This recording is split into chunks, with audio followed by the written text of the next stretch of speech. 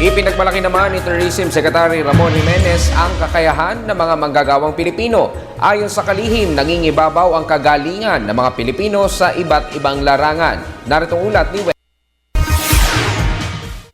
Ang mga Pilipino ay tanyag sa kanilang kakayahan at kasipagan sa iba't ibang larangan gaya ng business process outsourcing or BPO, healthcare at medical services, maritime hospitality at iba pa. Yan ang ipinagmalaki ng ating Tourism Secretary Ramon Jimenez Jr. sa World Economic Forum plenary session tungkol sa Pilipinas bilang Next Asian Miracle.